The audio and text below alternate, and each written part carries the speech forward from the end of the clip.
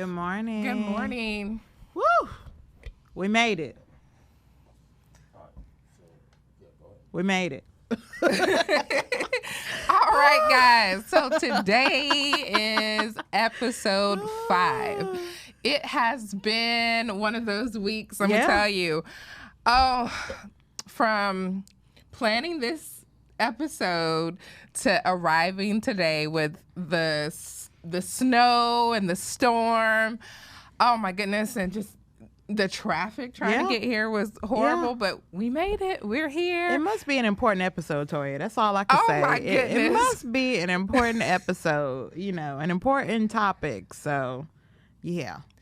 So today we are talking about dating and relationships as an independent woman. All the women independent, throw your hands up. I'm sorry, I just had to say it. Had to do it. I'm sorry, y'all. You know you wanted to do it too. Yes. Okay. Destiny's Child. Oh my goodness. So what does dating as an independent woman mean? Wow. A lot. I would say I think dating as an independent woman means that you are ambitious, that you are responsible, that you are taking steps toward fulfilling your dreams and your goals, that you are making money, you are a boss, you are doing your thing, and you're not necessarily waiting around for, to be in a relationship, but you are like pursuing your life fully and completely and wholeheartedly. Yes. And I've been thinking about this all week. Most independent women, they take care of themselves. They make their own money, pay their own bills, and there's not really anyone to really affect their self-confidence and their stability. And so I've been thinking about how often sometimes being strong-willed and outspoken and self-sufficient, and how that can be perceived as emasculating for men. Or intimidating. So, right. So either, they can appear to be uninviting. So how do independent women overcome that misperception? That's a great question. And I know I spent, especially when me and my husband were dating, there were things that I intentionally did to make sure that he knew that I needed him, number one, and number two, to let him be the man in the relationship. Like literally, I think as independent women, and there's nothing wrong with being independent. Do not get me wrong, but I will say this: I think you have to be willing to be open to being in a relationship. I know for several years I had, this, I won't say invisible, but I feel like I had this sign on my forehead. If dudes looked at me like, don't mess with me, like leave me alone. And I had to consciously take that sign off and be like, I'm open. I can talk. I can engage, And so I would say as an independent woman, you have to be intentional about wanting to be in a relationship and intentional about wanting to get to know people and embracing what they have to bring to the table, not feeling like, okay, I have everything. If you have everything, then what do you need a man for? Just being real. You know what I'm saying? So, and for some women that can be like, gosh, does that mean I have to, be weak or play coy or what have you? No, it just means you let a man be a man. You don't have to open your door. You can let somebody open the door for you, and there's nothing wrong with that. Absolutely. You can let a man treat you to a meal, and expect without giving anything in return. So literally being intentional about letting a man be a man. Just like you want to be independent and as strong as a woman, let that man be strong as a man. Seriously. I know I had to do some adjustments in my life before I met Ryan, because I knew that I was strong-willed and very opinionated, and sometimes I know that came off as very uninviting. But I had to learn to relax and let go of some things and just let, like you said, let him be be the man. Yeah. And I loved it. I loved it. Ryan is a take charge type of man. Yeah. And it's kind of nice when you don't have to think of everything and do everything yourself. You just let him be the man. Now, it's cool. If I ever had to, I could do it on my own, but I don't have to. And I love him for that, and I appreciate him for that. And I think as women, we have to learn to do that because it's a beautiful life. It really is. Really is. It really is. So what do you think the purpose of dating is? Because I know a lot of young people, sometimes they want to date just to be dating, hanging out, just because their it. Friends got, boyfriends. Some people just want to date just so they can have something to talk about with their girlfriends. Oh, they're cute. And you want to, get to know them. So what is the purpose of dating? Honestly and truthfully, the purpose of dating should be to find a spouse. In my opinion. And that, that's like, well, what? I'm not trying to get married and I'm 13, 14, 15, 16, or even in college. Like, I'm not trying to get married right now. Okay, well, let's talk. Let's really talk about your purpose behind dating, because I don't think there's anything wrong with companionship. I don't think there's anything wrong with friendship, but I think you have to be on the same page as far as what your intentions are, regarding your relationships, because it can get blurry, it can get cloudy real easily and real easily. So really just pay attention to that. But I would say, honestly and truthfully, the purpose of dating should be to find a spouse. Now, it took me a minute to kind of get that concept. I started dating in high school, and not by permission at all. Not by permission at all. I was just dating because I wanted to. And it was, my mom said, well, why did, once she found out, it was like a whole year later. It's like, why are you dating? And I didn't really have an answer for her. But because I like him. Right, because I like him, or I love him. We're going to get married one of these days, right? I did not understand the purpose of dating. And I think if you're a parent of children, and you have to have conversations with your children at young ages and kind of prepare their minds. And I think that part was missing for me growing up. I didn't really have an open communication with my mom. And so therefore I tried to sneak and hide the person that I was dating, because she always said, you can't date till you're grown. So, and I grew up in an old school household where, we would get spankings. Well, whooped. Whooped. So I was scared to even tell my mom that I was dating or that I was interested in dating. So that's why I snuck around for a whole year before they even found out. So in thinking about that, and reflecting on my experience, I think with the daughters that I have, I'm trying to cultivate an open line of communication with them. So when they are of age and mature enough and ready to date, I want them to be equipped to understand, number one, the purpose of dating and how to date, how to set boundaries. I want them to be knowledgeable, even if they don't date until they're in college. Someday you're going to have to let your children go, and they're going to be in the world by themselves, and they're going to be able to make decisions for themselves. And I want my children to be equipped to know what to look for in a potential spouse.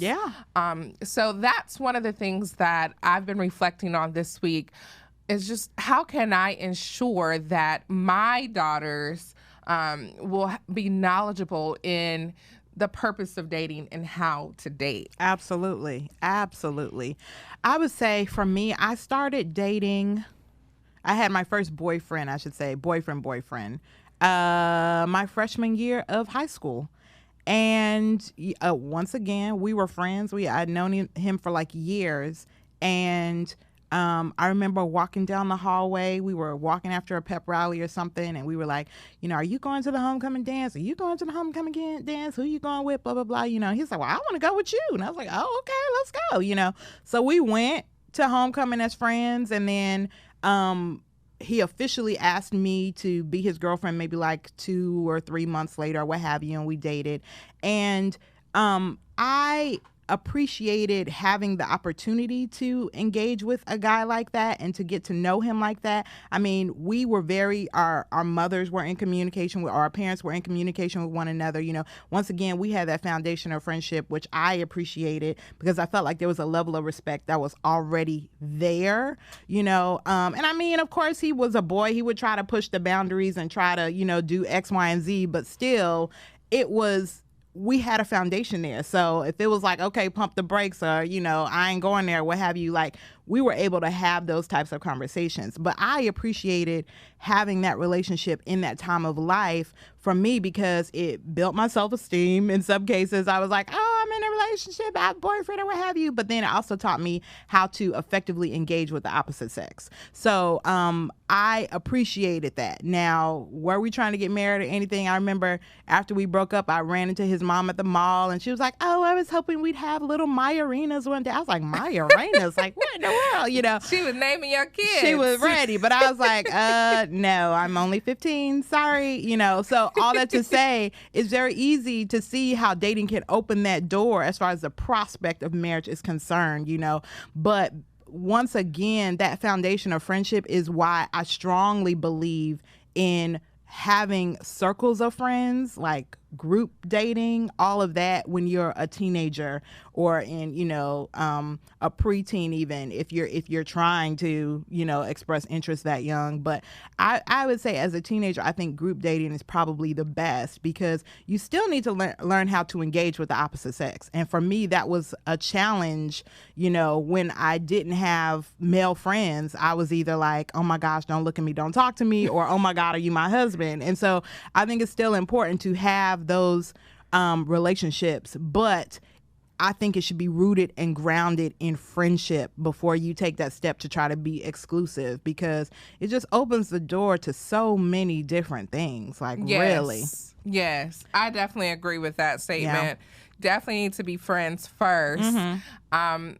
And it took me a while. I think I had about 3 serious boyfriends. Mm-hmm. I dated one for about 4 years, the other one about 4 years, and then, of course, Ryan. Mm-hmm. So I learned how to be friends mm-hmm. with Ryan, and it was a very fast thing, mm-hmm. but I knew it was from God. Amen. So God had worked it out, and I know last episode I was telling the audience about the previous mm-hmm. relationship and how we broke up mm-hmm. and how he was killed in an accident. And I remember praying to God and saying, Lord, I do not want to get to know someone for another 4 years mm-hmm. and waiting for a potential proposal. Like, yeah. I didn't want to do that. And so God worked it out with Ryan yeah. where I did not have to wait that long. Amen. Everything happened really fast for us. Like, we met and then we got engaged 4 months later and then got married 6 months later. So all within a time span of 11 months. And I had total peace throughout that entire process. And so this will be 9 years. 9 years. That's this awesome. Year. And I'm just like, wow, God, I just appreciate you for knowing what I needed and giving me the desires of my heart without making me, wait 4 years to get to know him. Yeah. And, everything was smooth sailing with Ryan. And I just so appreciate God for answering my prayers. That's awesome. I would say, and did you share, well, I think you shared in previous episodes, but can you share a little bit about your dating experience? We talked about high school, your dating experience in college. Okay, dating experience in college. I broke up with the high school boyfriend after my freshman year in college. And then you remember I was like, I felt like I was free. I was like free. And so I started just kind of dating guys, not seriously. I did not have a serious boyfriend in college after that. I was just kind of hanging out with different guys, letting them take me to the movies, out to dinner. I didn't have a one set, this is my boyfriend type of thing. Okay. I think I was more friends with guys. And when I would start to get the feeling that they wanted something more, then I would kind of back off because I was like, I'm not for me right now.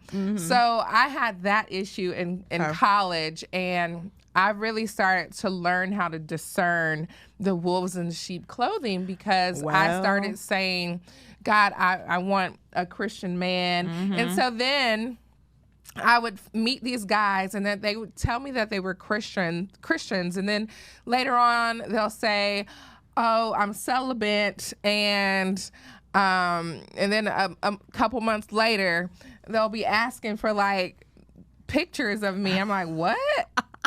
What kind of picture you want? I'm celibate, but this is what I do to stay celibate. Yeah, I gotta. Yeah, they were saying like, put on a swimsuit and take a picture, like stuff like that. I was like, but I thought you were, So I had that issue where men, once they found out that I was a Christian and I was waiting to engage in sex, they would almost kind of put on this mask and say, oh, yeah, I'm a Christian too, type of thing, and kind of try to play the part a little bit. And that's how I kind of to learn how to discern. And that's where that started for me. And we're gonna get into that because there's some wolves in sheep's clothing, and unfortunately it's some in the church, y'all. I mean, some people have told us, because we did, although we don't have any guests today, we tried very hard, y'all, because I know we both married. We were like, should we have some single women on this show? But we were like, so we reached out, and it was just crazy. So all that to say, we did at least get feedback from women that are still single, that are actively dating, and that was some of the feedback that was given, like be mindful even of men in the church. And so we will talk about red flags to look for, how do you know, like you said, if somebody's a wolf in sheep's clothing, all of that. So, but I would say for me, dating in college, I did not date in college.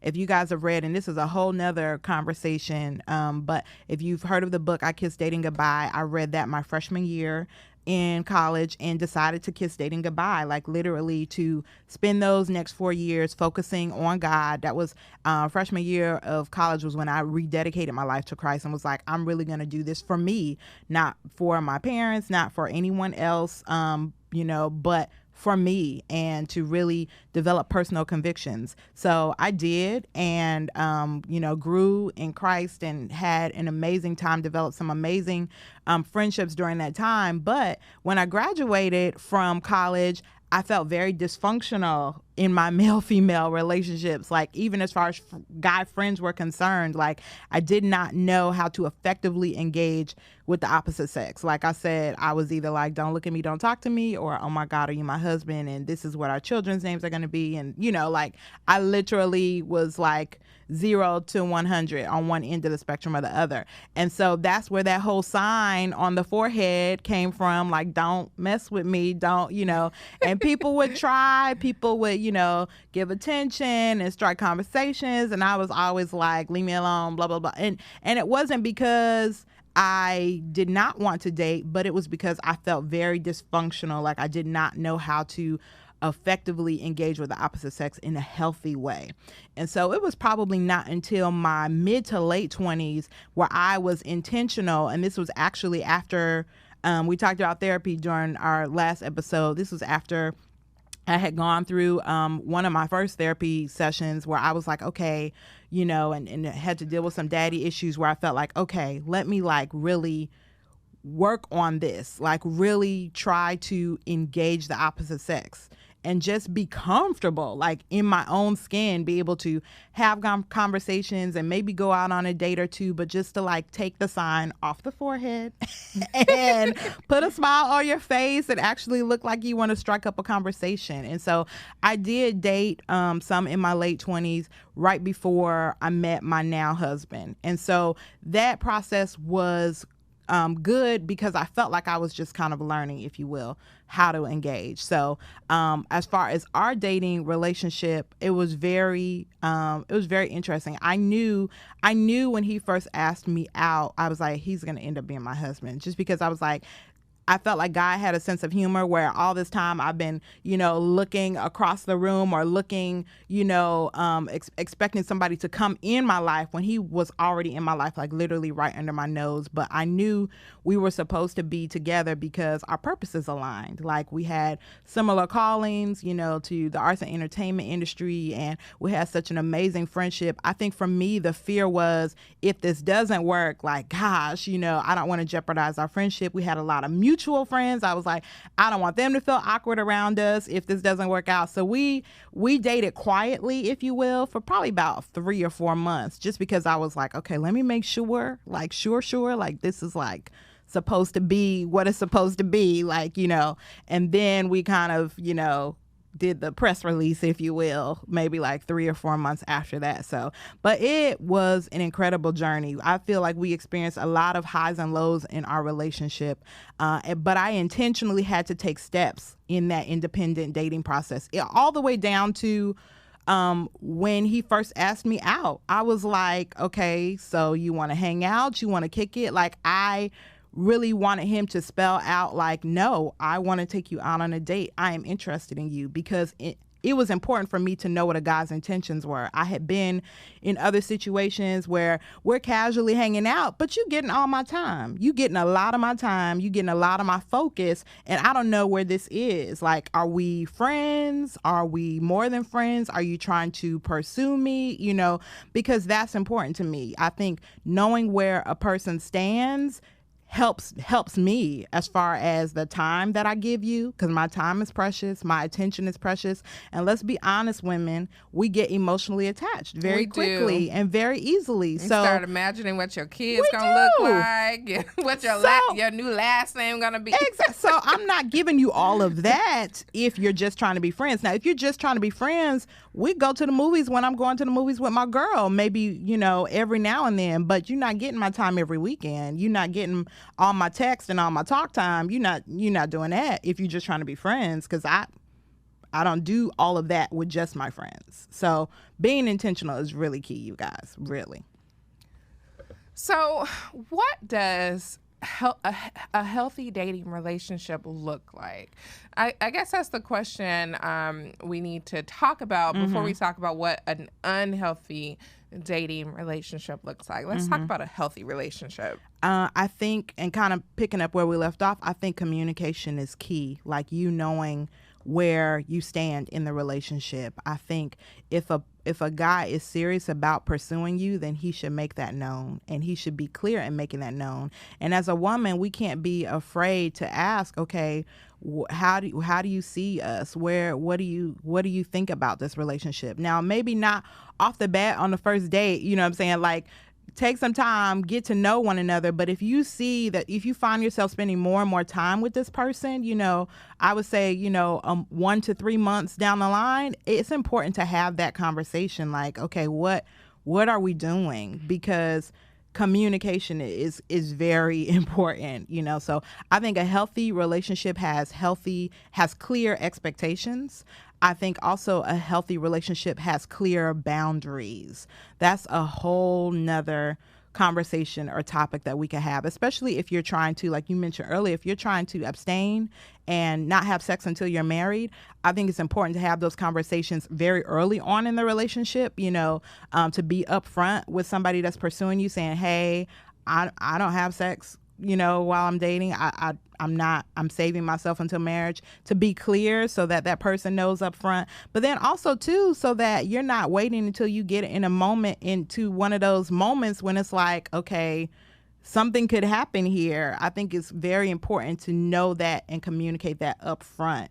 And then once you guys are on the same page regarding that, to have real boundaries. I will say, Chris and I, as far as boundaries were concerned, we set them, but we had to cross some boundaries in order to realize how much we needed them. We were in our early 30s when we started dating, and me personally, I was like, I'm grown. I can do what I want to do. I don't, Chris came into the relationship very like, we're not doing this, we're not doing that, and me being the hot girl that I was like, I'm about to push these boundaries and see what. And it wasn't even like physical boundaries. It was like, he was very particular about movies he watched and songs he listened to, and so I was just like, oh, whatever, don't be such a dope, like, and but at the same time, those boundaries, they're there for a reason and they're important. And so I think for us, we had to realize how important those boundaries were before we got on the same page and saying, hey, okay, it's important that we not hang out at one another's house past a certain time, or that we, don't watch or engage in certain things together, like media wise. When you take in certain things, it can like jack you up mentally, and you start trying to play stuff out, and it's like, okay, no. So setting boundaries, I think, is very important regarding a healthy relationship. So those were two things I would definitely say. I definitely agree with the communication and knowing up front the expectations. I know when me and Ryan, we were dating, we both had the same mindset as far as let's wait till we get married before engaging in sex. We talked about those, and I knew his expectations. He knew mine. I knew his intentions very early on in the relationship. It was almost immediately that I knew that he was my spouse, and it was the same for him as well. So I knew dating him where it was going to go. Like, I knew that he was my husband, and I appreciate him being so upfront and honest with me very early on. That's why it didn't take long for him to propose to me 4 months later. And that it doesn't necessarily have to take long if it's from God. Because like I said, that my other two boyfriends I dated for 4 long years, but with Ryan, it was so quick. And I just appreciate him being upfront and, in his communications and his expectations and where he saw me. I so appreciated that honesty, and that's what I would say, communication and expectations. Honesty is very important. So even as you're hearing tips on, or I should say, tips of a healthy relationship, it should help you to clarify what some of those red flags are. It really should. So definitely intentionality, and clear communication, and then boundaries are very important. So let's talk a little bit about unhealthy relationships. So this one is a big one for me. What an unhealthy relationship looks like. And I will say, and I know I've only dated 3 people, so you can almost kind of figure out which one I'm talking about. But I was in an unhealthy relationship with one of my previous boyfriends. And what that looked like, to kind of give you an overview of what an unhealthy relationship looks like, is if a person checks your phone or your emails without permission, if they're jealous, if they're insecure, if they have some insecurities, or if they have some anger issues. And so one particular person that I dated had some very obvious anger issues, to the point where sometimes he would punch holes in the wall and stuff like that. And even some of the verbal things that he would say to me, it wasn't physically abusive. He wasn't physically abusive towards me, but he definitely had some verbal abusive tendencies. Gotcha. And so when I told my mom about who I was dating, moms know best sometimes, because once, after she found out a year after I was dating him.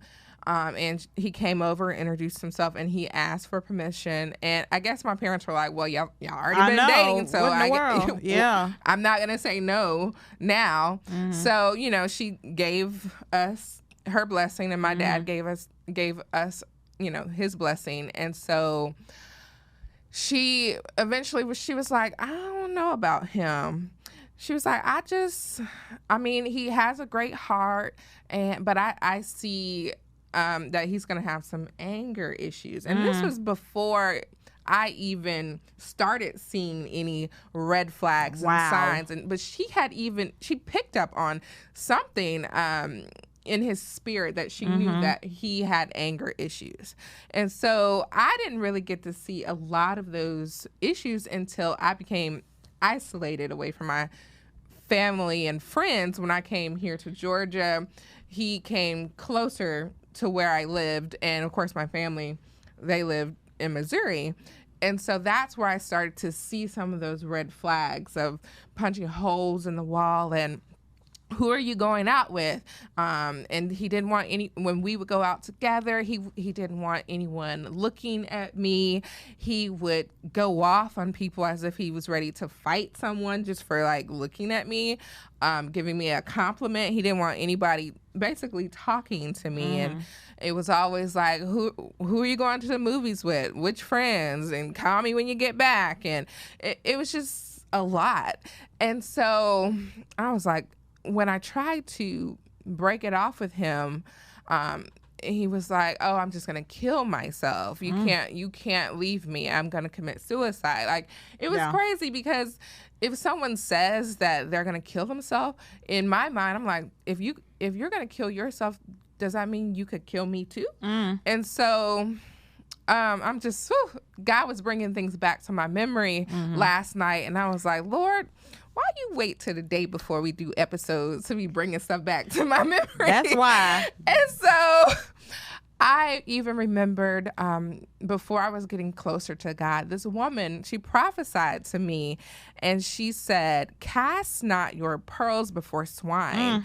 And I said, okay. I didn't really quite understand what she meant. And I didn't even realize at the time that that was even in the Bible. I actually had to do some research for myself. And when I researched it, and I wrote down the scripture last night when I went back and looked, it's in Matthew chapter 7 and 6. In the King James Version, it says, "Give not that which is holy unto the dogs, neither cast ye your pearls before swine, lest they trample them under their feet and turn again and rend you."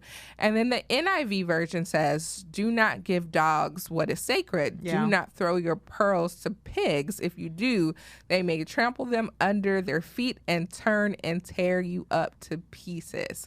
So in that particular passage in the Bible, Jesus was preaching to he was doing his Sermon on the Mount, and he was speaking to his disciples about, I guess, like, don't preach to an audience that's not receptive.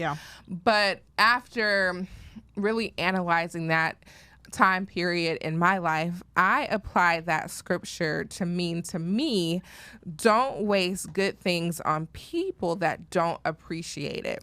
So at that point in my life, I had to stop giving my heart away to someone that didn't appreciate it. And it took me a while to actually fully understand that, because I wasn't really in my scriptures like I should have been at that time period in my life. But I don't know who this is for, but if you are in an unhealthy relationship, get out of it. Get out of it. You gotta realize there are a lot of red flags.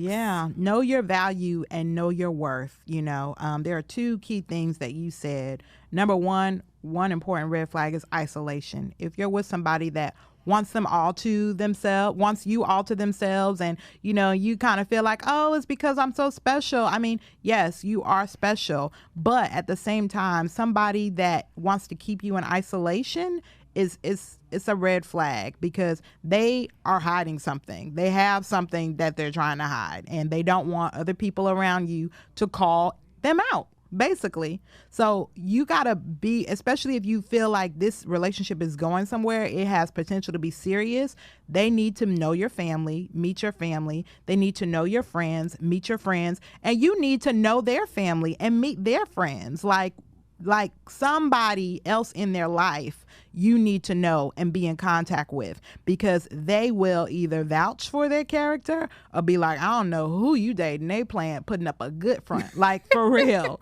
For real. But that exposure is real, is very important. So isolation is a very important red flag. Do not ignore it. And I get it, when you're in a new relationship and you boot up, it's very easy to lean into that relationship, but you still want to make sure that you engage other aspects of your life. Don't kick all your girlfriends to the curb, because if something happens to that relationship, your friend's gonna be like, oh, now you want to be with us. Like really make sure that you still have some balance to your life, instead of it being all about this new relationship that you're in. So isolation is a very important red flag. And then, like you said, knowing your value, knowing your worth, knowing what you bring to the table. Because if you don't have any value, if you don't have any worth, then when you're in a relationship, they can treat you any old type of way and you'll just accept it. Whereas when you do know your value and you do know your worth, you can say, hey,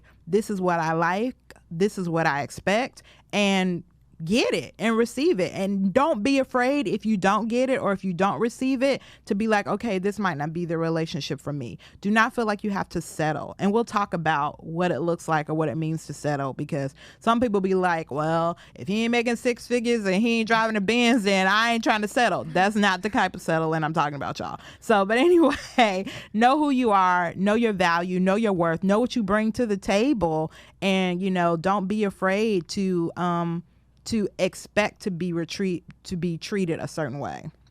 That's powerful. Yeah. And how I got out of that unhealthy relationship, let me tell you, because it was almost like he was playing with my mind. Of course. And yeah. making me feel like, that he was the only one. Mm-hmm. And so God had provided a way of escape for me. It was like a whole month that I hadn't heard from him. And I was like, I don't know what's going on. I guess we're just broken up, right? We're broken up. I guess I'll just move on. And so eventually he called and he told me, I was in jail for a whole month. Oh, no. And I was like, no, I can't. Nope, can't do it. Yeah. And at that point, God had put distance between us. So it was easier for me to just be like, I'm done. Nope. Mm-hmm. I've got a lot of things going on in my life. I'm in college and trying to focus on my school, and I'm playing volleyball and basketball and running track. Like, I don't have time for it. And so he had provided a way of escape for me. And even though he tried, even after I said, nope, we're done, he kept trying and pursuing me. And I was just like, nope, nope, nope. When you get those chances to escape, take them. I ran and I did not look back. I did not look back. And I'm so thankful for that, because I remember at a point in my life, I was like, oh, Lord, just change him and work, change him, let him be mine. No, not for me. When it's a no, take it. Yeah.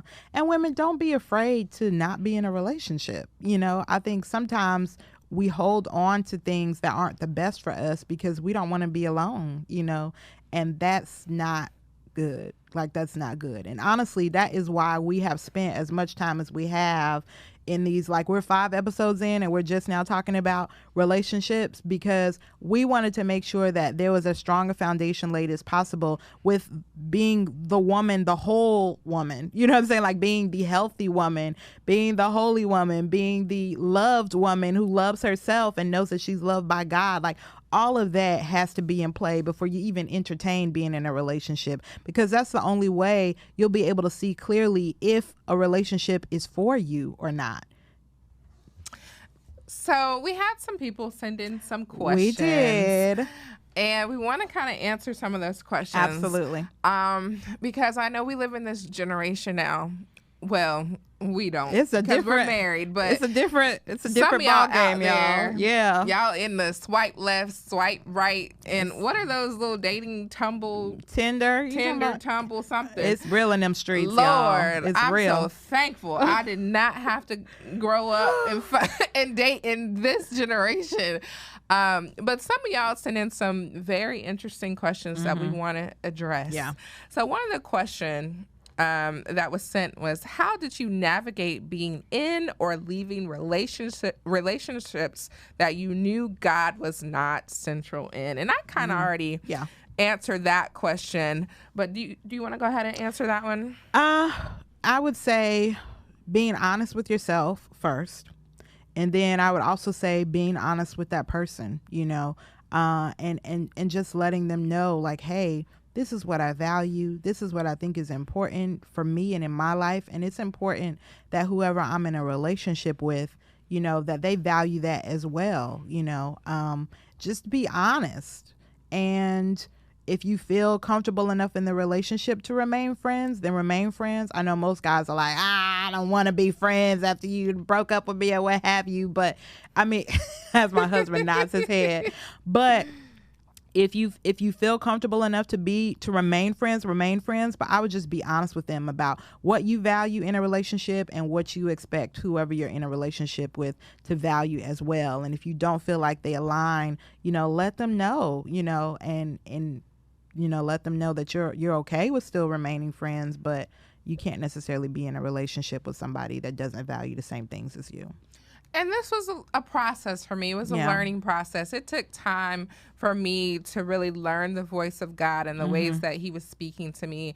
He would speak to me through dreams and situations and all different sorts of ways through other people. And once I started picking up on those signs and the ways that God was speaking to me, I started breaking up with people a lot sooner, a lot quicker. I was like, I don't want to waste any of your time or any more of my time, or money. That's real. Or money. So definitely just learning the ways that God speaks to you and just really listening to that voice as it relates to relationship. But you have to have a relationship with God in order for that, for that to be the case, and you have to know your value and your worth in order for that to be the case. So again, that foundation is important. Otherwise, you'll find yourself staying in relationships just because you don't want to be alone, or you don't want to hurt anybody's feelings, or you don't know what your value and your worth is. So it's important. And then the next question that someone asked was, can religious differences break a relationship? Can it break a relationship? Yes, it can. I will say this. It's a tough question because, you can be in what seems to be a great relationship and you guys just happen to believe two different things, but when the rubber hits the road, and when I say when the rubber hits the road, I mean every relationship, every lifelong relationship, which is what a marriage is supposed to be. And if you're dating to get married, that's what it's going to evolve into. Every lifelong relationship has ups and downs. And when you have those ups and downs, that's when it is absolutely most important to know that you guys are on the absolute same page. I use my marriage as an example where, could not predict, the types of hardships that we would go through. But it was in those moments that I knew beyond a shadow of a doubt that I married the right person, because he rose to the occasion every single time. It's like he grew, 6 inches in my eyes every single time we experienced or hit a bump in the road. He was like, it was almost like this is what he was made for, where it's like, okay, this is what we're going to do, or this is how we're going to handle it. And you want to make sure that that you're in a relationship with somebody like that can carry the load, that can carry the weight when things get hard, because they will get hard. They will get, beyond a shadow of a doubt, they will get hard. And your hardship may look completely different than my hardship, but you're going to have hardship. That, in this life, you will have trouble. That's what the word of God says.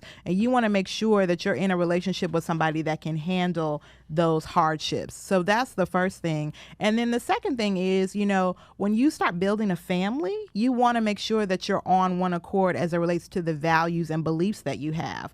That is, and you could definitely speak to this, Toya, but you definitely want to make sure that you and your spouse are a united front as far as how you raise your children and the values that you instill in your children. If you have conflicting values and conflicting beliefs, that really creates tension in how you raise your children. So it's very important, if you're dating for marriage, as I would say you should be, that you're on one accord. And that's why I would say that you can't necessarily date someone that has differing beliefs. You can, but it will definitely be challenging.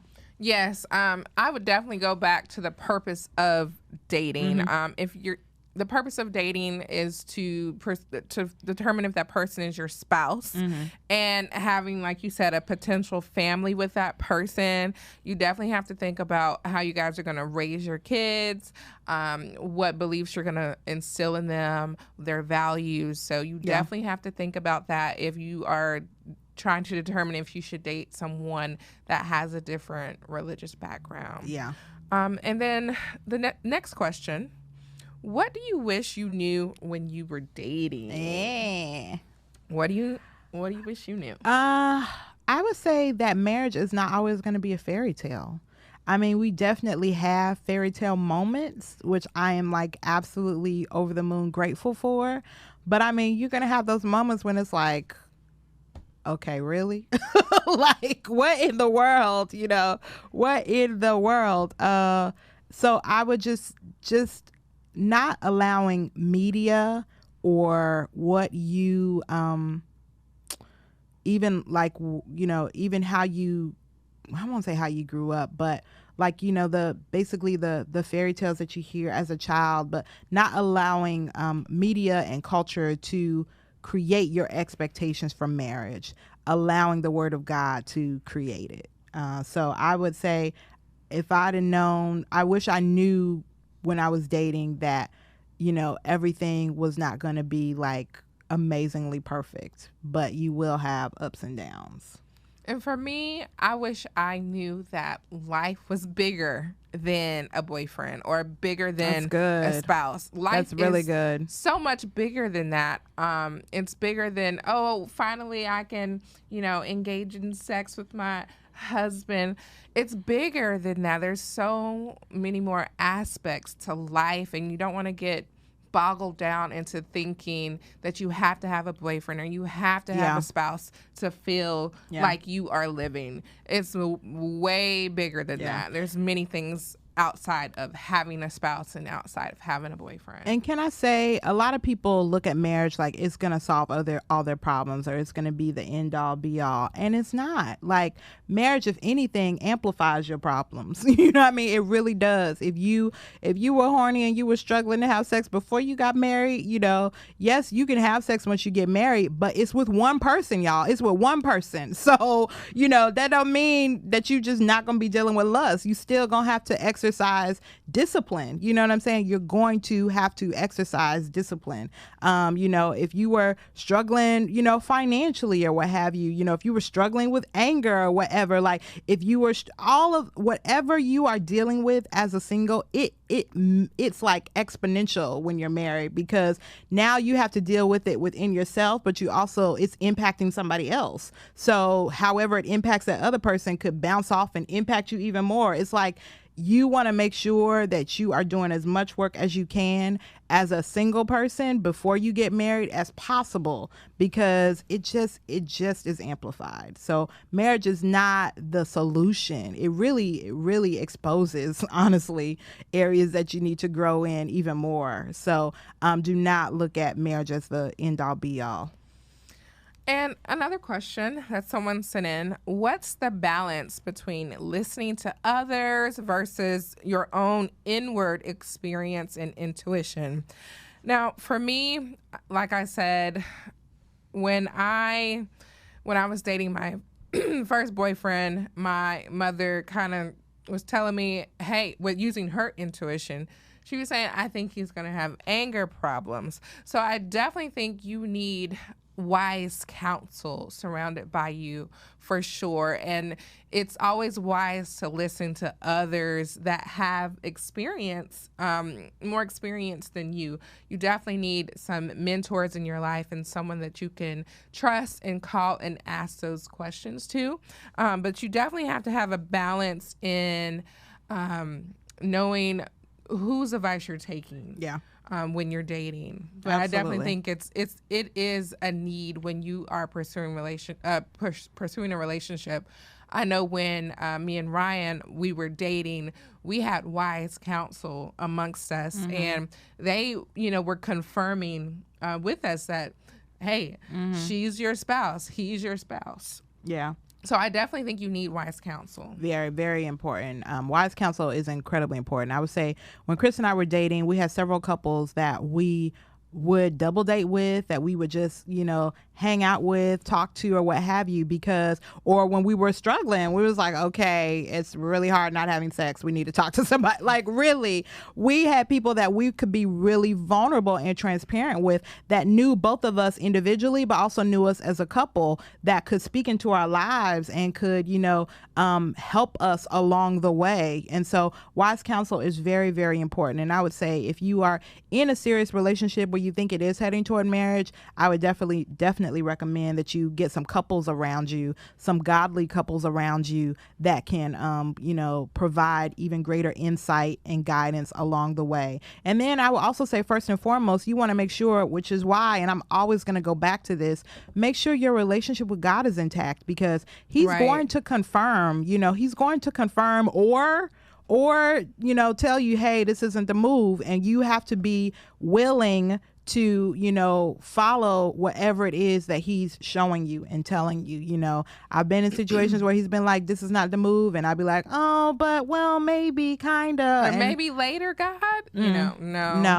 No, like, really, no. And when the word says his ways are so much higher than our ways, like, he knows, and we're thinking, oh, well, it's just a little this, or it's just a little no, it can lead you down a path that can be so detrimental to you, and you don't realize it.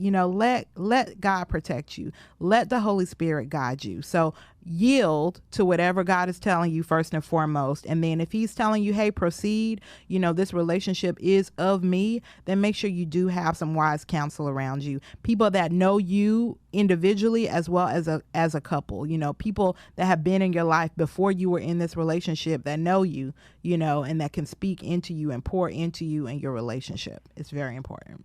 So how do you know, here's another question. How do you know that he or she is the one? The one. So for me, it was definitely a peace that I felt. And it was very different. It was just something that I knew internally. My Holy Spirit had confirmed when I met him that, hey, he's the one.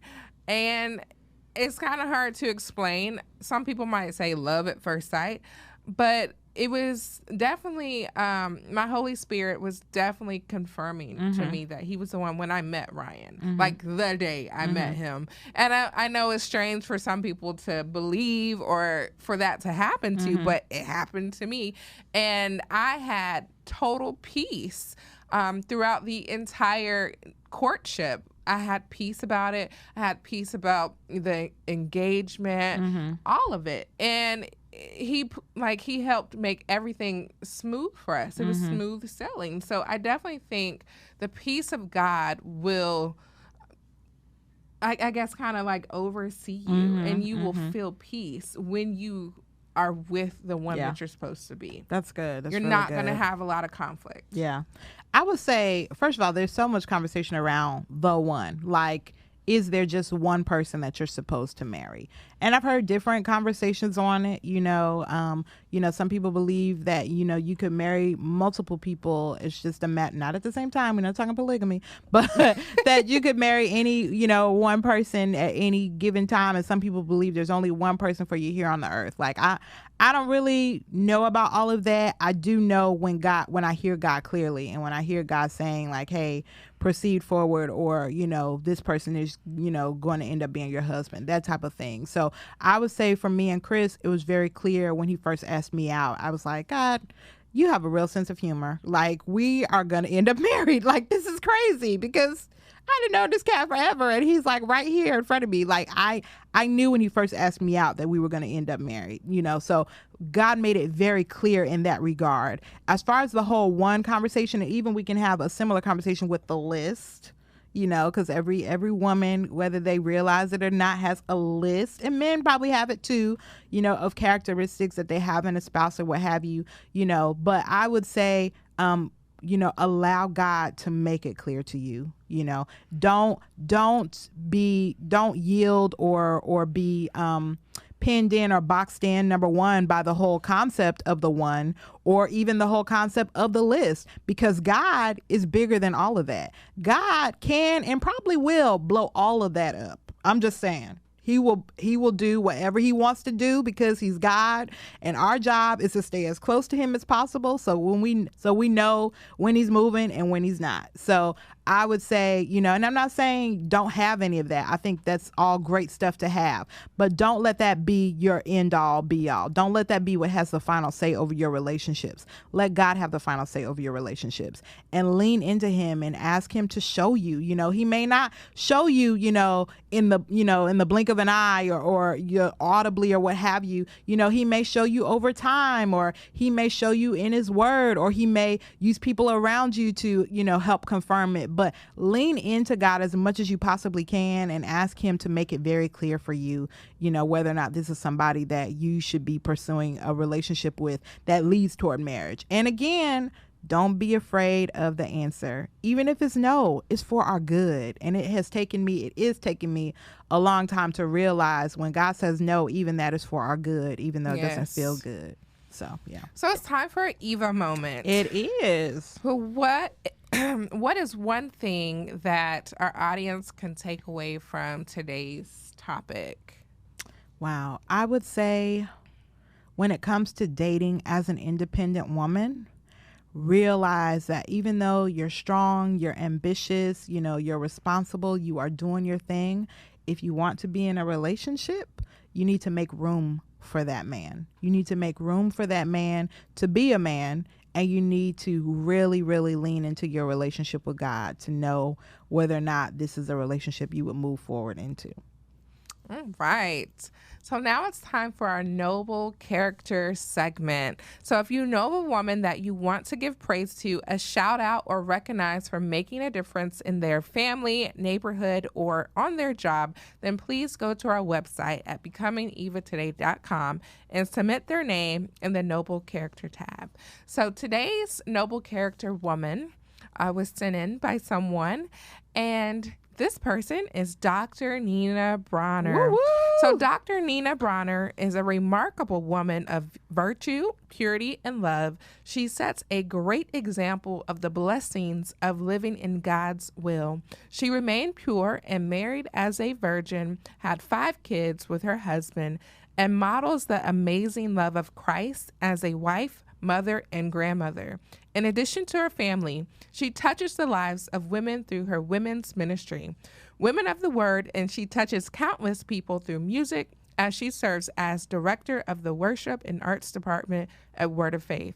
She ministers in various conferences and services and is just an authentic at home as she appears to be on the stage. She is noteworthy for many reasons, but her purity of heart, virtue, and relentless love are truly amazing. That's awesome. Yes. So wonderful. Ooh, Dr. shout out. Nina Bronner. Yeah, shout out to Dr. Nina Bronner.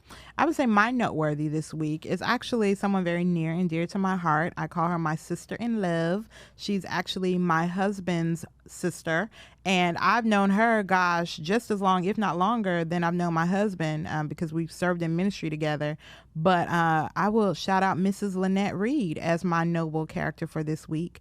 It has been an absolute honor and a privilege to just watch her journey and her walk as a single woman, and now as a wife and a mother, as a single woman, and now as a wife and a mother. I think I said that right. So, but anyway, I want to give her a shout out because her journey has been remarkable. It was evident even as a single woman that she just had very high standards and expectations for herself, but also for others and whoever she was going to be in a relationship with.